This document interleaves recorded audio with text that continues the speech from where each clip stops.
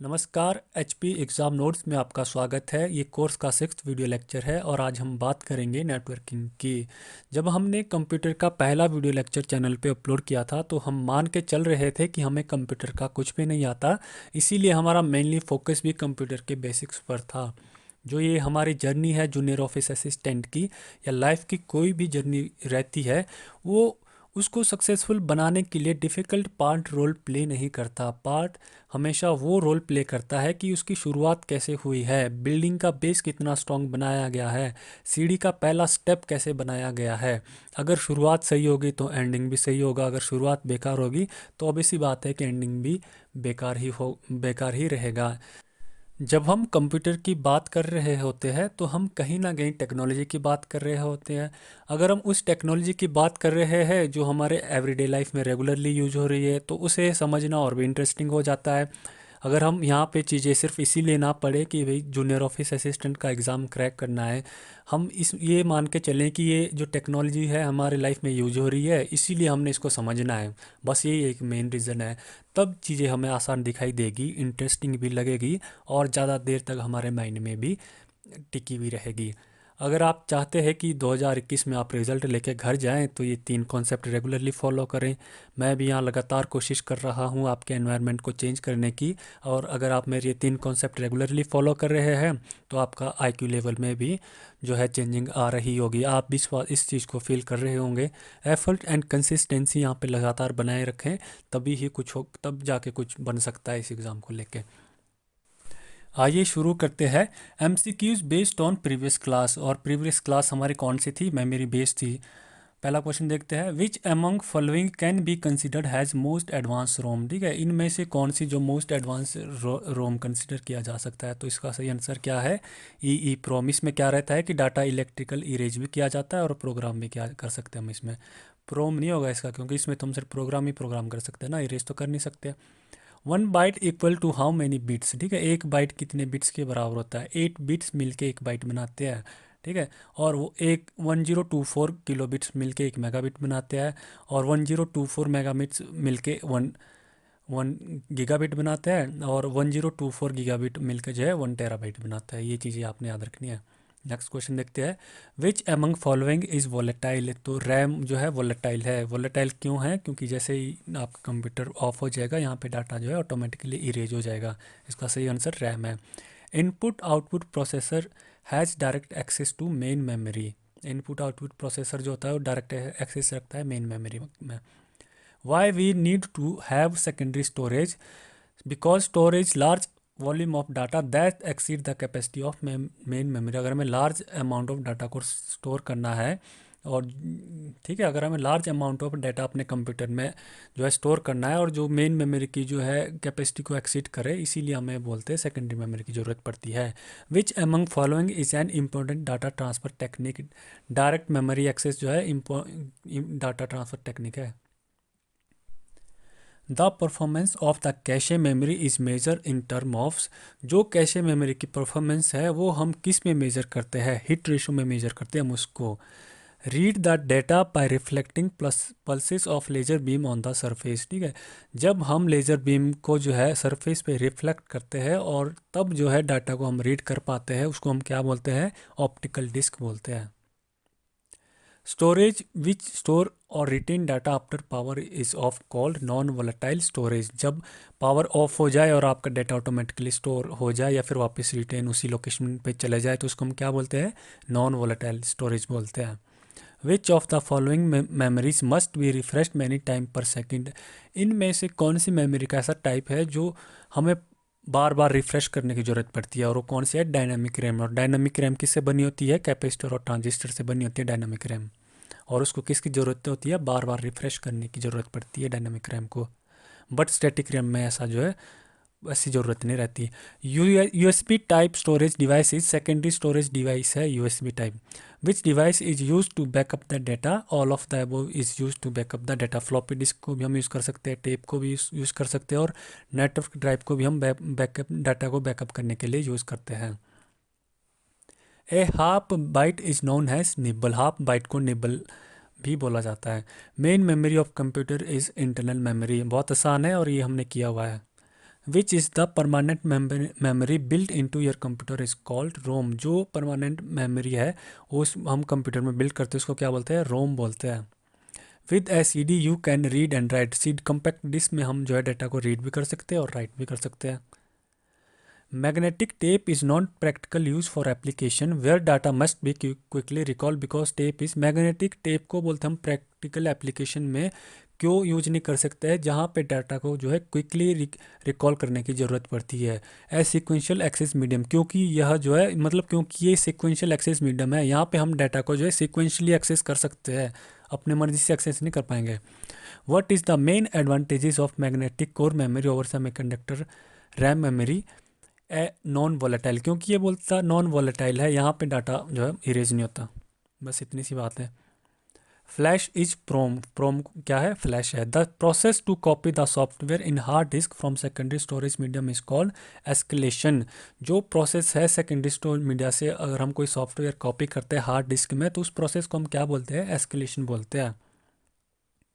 When we work on any document on PC, it store temporary memory on RAM। जब हम अपने PC में work कर रहे होते हैं, करंटली वर्क कर रहे होते हैं, तो वो जिस चीज़ पे हम वर्क कर रहे हैं ना वो पहले रैम में स्टोर होएगा, तो उसे रैम को क्या बोलते हैं, टेम्परेरी मेमोरी बोलते हैं। तो इसका आंसर कौन सा है, रैम है। Breaking logic memory into blocks of the same size is called. जब हम लॉजिक मेमोरी को ब्रेक करते हैं ब्लॉक्स में जो सेम साइज के होते हैं तो उसको हम क्या बोलते हैं, पेजेस बोलते हैं। आज का जो हमारा टॉपिक है नेटवर्क, इसको समझते हैं। And network is a collection of computer और peripheral devices connected each other to allow the sharing of data. ठीक है, नेटवर्क जो है कलेक्शन ऑफ कंप्यूटर्स है, peripheral devices means mobile phone, laptop और नोटबुक एट्सेट्रा जो नेटवर्क के साथ जिसे हम कनेक्ट कर सकते हैं। ठीक है, कलेक्शन ऑफ कंप्यूटर है, पेरिफेरल डिवाइसेस है, वो एक दूसरे के साथ कनेक्टेड रहेंगे जिसमें जो हम है डाटा को भी शेयर कर सकते हैं। मतलब दो से ज़्यादा कंप्यूटर जब एक दूसरे के साथ कनेक्टेड रहेंगे और उसमें हम डाटा को शेयर कर पाएँ तो वो क्या फॉर्म करते हैं, नेटवर्क को फॉर्म करते हैं। An example of network is the internet. Example जो है नेटवर्क का इंटरनेट है, which connects million of people all over the world. जो मिलियंस ऑफ पीपल को जो है दुनिया में, पूरी दुनिया में जो है कनेक्ट करके रखते हैं। ये एग्जाम्पल है इंटरनेट नेटवर्क का। एक नोट देख लेते हैं यहाँ पे। One of the first computer network is use to packet switching. जो पहला कंप्यूटर नेटवर्क था वो पैकेट स्विचिंग टेक्नोलॉजी यूज़ करता था। ARP net was develop in the mid 1960। Mid 1960 में जो है ARP नेट भी बोलता डेवलप हो गया था and is the direct predecessor of the modern internet. और यही डायरेक्ट प्रीडिसेसर है मॉडर्न इंटरनेट का। मतलब हमें इससे आइडिया मिला कि इंटरनेट को कैसे फॉर्म करना है, कैसे वर्क करता है इंटरनेट, तो यही था ARP नेट से हमें आइडिया मिलता है इंटरनेट का। The first ARP net message was sent on the October 29th 1969। 29 अक्टूबर 1969 को जो है पहला मैसेज भेजा गया इस नेट से। और ARP नेट जो स्टैंड करता है advance research project agency network. हम देखते हैं कि जब 29 अक्टूबर को पहला मैसेज भेजा गया तो वो क्या था, LO। जो सेंडर था वो सिर्फ दो ही शब्द यहाँ पे लिख पाया, LO, और उसके बाद नेटवर्क खुद ब खुद क्रैश हो गया और हिस्ट्री क्रिएट हो गई कि भाई पहला मैसेज जो नेटवर्क पे भेजा गया वो कौन सा था, LO। दो ही लेटर थे वहाँ पे। आगे देखते हैं type of network. The network allow computer to connect and communicate with different computer by any medium. ठीक है, तो नेटवर्क अलाउ करता है कंप्यूटर को, एक कंप्यूटर को दूसरे कंप्यूटर के साथ कम्युनिकेट करने का, और ये किसी मीडियम का यूज़ करता है, चाहे वो इथरनेट हो या फिर वाईफाई कनेक्शन हो। लैन, मैन एंड वैन are the three major type of the network design to operate over the area they cover. ठीक है, local area network, metropolitan area network and wide area network are the three major example है network है जिसे design किया जाता है उनके area के हिसाब से, जितनी हमारी रिक्वायरमेंट रहती है एरिया के हिसाब से इनको डिज़ाइन किया जाता है। There are some similarity and dissimilarities between them. इनके बीच कुछ सिमिलरिटी है और कुछ डिसिमिलरिटी है। One of the major difference is the geographical area they cover. और इनमें से एक मेजर डिफरेंस क्या है, जियोग्राफिकल एरिया की, भाई वो कितना एरिया कवर करते हैं। लोकल एरिया नेटवर्क कितना एरिया कवर करता है, मैन कितना एरिया कवर करता है, और वाइड एरिया नेटवर्क कितना एरिया कवर करता है। LAN cover the smallest area. Local area network cover करता है सबसे कम एरिया, तभी इसको लोकल एरिया नेटवर्क कहते हैं। MAN cover an area larger than LAN. MAN area cover करता है लार्जर देन लैन। एंड वैन comprise the largest of the all. और वाइड एरिया नेटवर्क इनमें सबसे ज़्यादा एरिया कवर करता है। There are other type of computer network also like PAN, personal area network. Personal area network जो हम घर में यूज़ करते हैं, ऑफिस में यूज़ करते हैं, इसको हम पर्सनल एरिया नेटवर्क बोलते हैं। SAN, storage area network. Storage area network हम लार्ज अमाउंट ऑफ डेटा को स्टोर करने के लिए जो नेटवर्क यूज़ करते हैं, हम उसको स्टोरेज एरिया नेटवर्क कहते हैं। आगे देखते हैं। LAN, a local area network is a group of computer and other peripheral devices.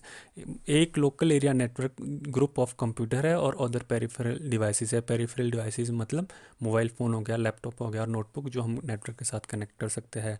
That share a common communication line और wireless link to serve information within a limited geographical area. जो कि एक communication line को use करेगा या फिर wireless link share करेगा। Wireless link जो वाईफाई वगैरह वगैरह होता है उसको शेयर करेगा, उसको मतलब यूज़ करेगा to share the information within a limited geographical area. Information share करने के लिए उसको यूज़ करेगा within limited geographical area, और इसका जो जोग्राफिकल एरिया रहेगा वो लिमिटेड रहेगा। The local area network mostly used in home, office, college, hospital etcetera.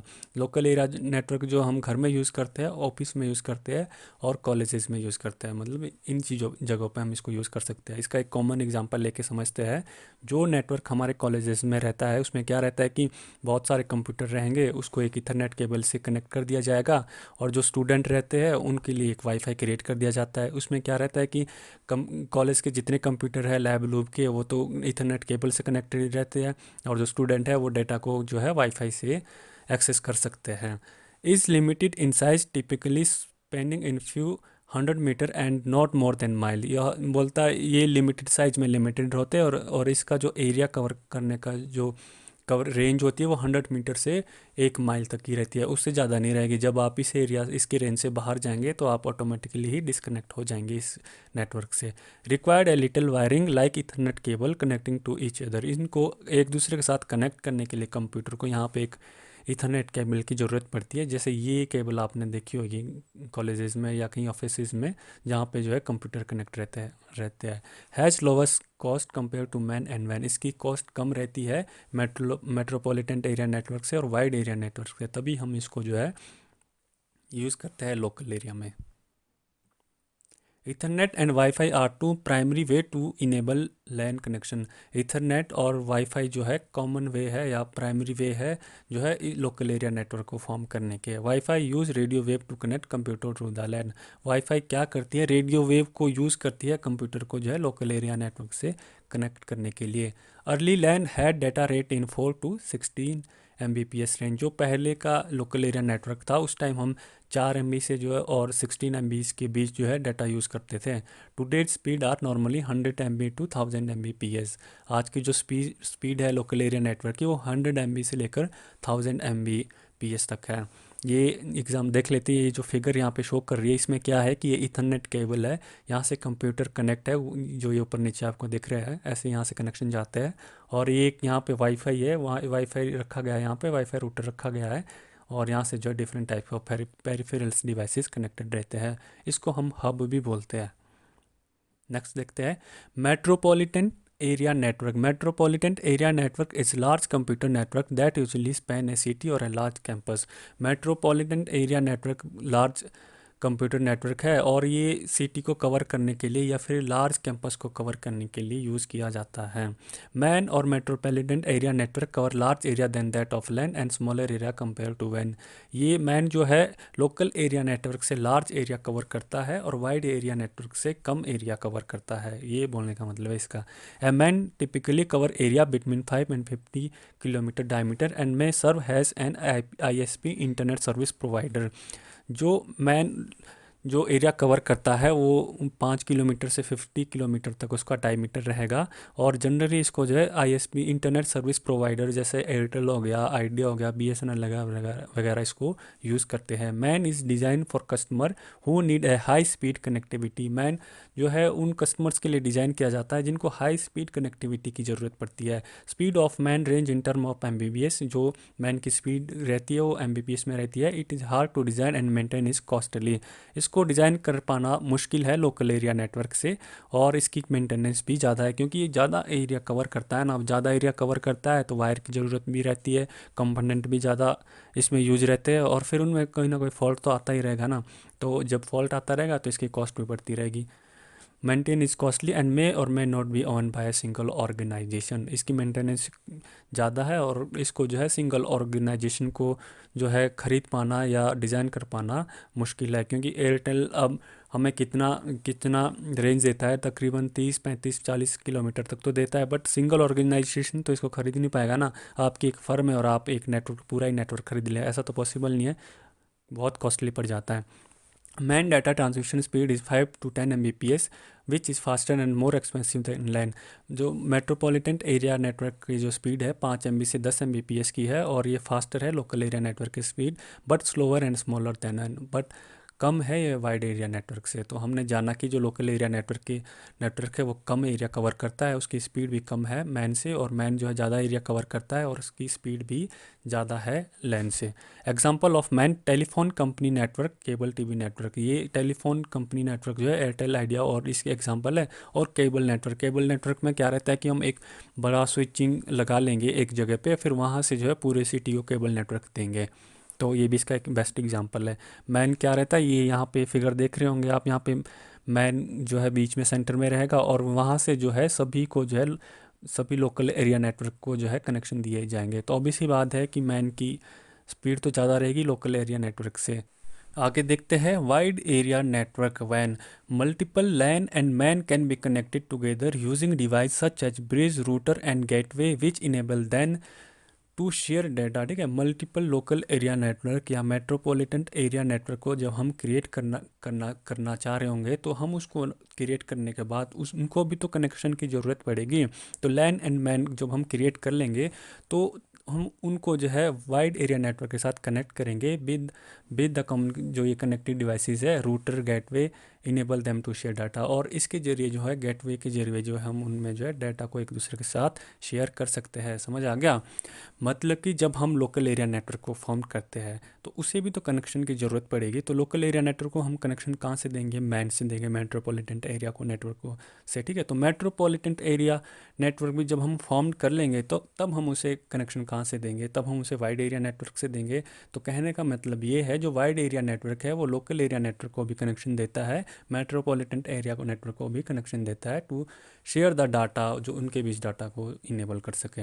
ए वैन कैन कवर कंट्री, कॉन्टिनेंट और इवन ए वर्ल्ड। जो वाइड एरिया नेटवर्क है वो कंट्री को कवर करता है, स्टेट को भी कवर करता है, और इवन ए वर्ल्ड और पूरी दुनिया को भी कवर कर सकता है। द वर्ल्ड मोस्ट पॉपुलर वैन is internet. The wide area network जो है दुनिया का सबसे पॉपुलर कौन सा है? Internet mobile broadband connection such as 3G 4G। जो ये मोबाइल ब्रॉडबैंड कनेक्शन है 3G 4G, इसमें क्या रहता है कि पूरी दुनिया में 3G 4G की जो है ब्रॉडबैंड की लाइनें बिछी हुई होती है, तब जाके हम इनको इनेबल कर सकते हैं। Device use for transmission of data through वैन आर। जो डिवाइस जो हम यूज़ करते हैं ट्रांसमिशन ऑफ डाटा को वाइड एरिया नेटवर्क में मतलब ट्रांसमिट करने के लिए, ऑप्टिकल केबल का यूज़ करते हैं, माइक्रोवेव्स का यूज़ करते हैं, एंड सैटेलाइट का यूज़ करते हैं। इस फिगर में आप देख पा रहे होंगे कि ये वाइड एरिया नेटवर्क है, और वाइड एरिया नेटवर्क से ही हम लैन को फॉर्म करते हैं, और वाइड एरिया नेटवर्क से हम मैन नेटवर्क को फॉर्म करते हैं।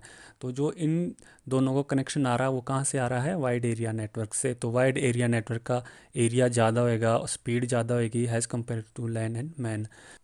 आज का लेक्चर यहीं पे बाइंड अप करते हैं। नेटवर्क बहुत आसान सा टॉपिक है, यहाँ से जो भी क्वेश्चन बनते होंगे उसको हम MCQs में करेंगे। अगर आपको मेरा वर्क पसंद आया है तो वीडियो को लाइक कीजिए, चैनल को सब्सक्राइब कीजिए, और आप फ्यूचर में अपडेटेड रहने के लिए बेल आइकन भी प्रेस कर सकते हैं। Thanks for watching.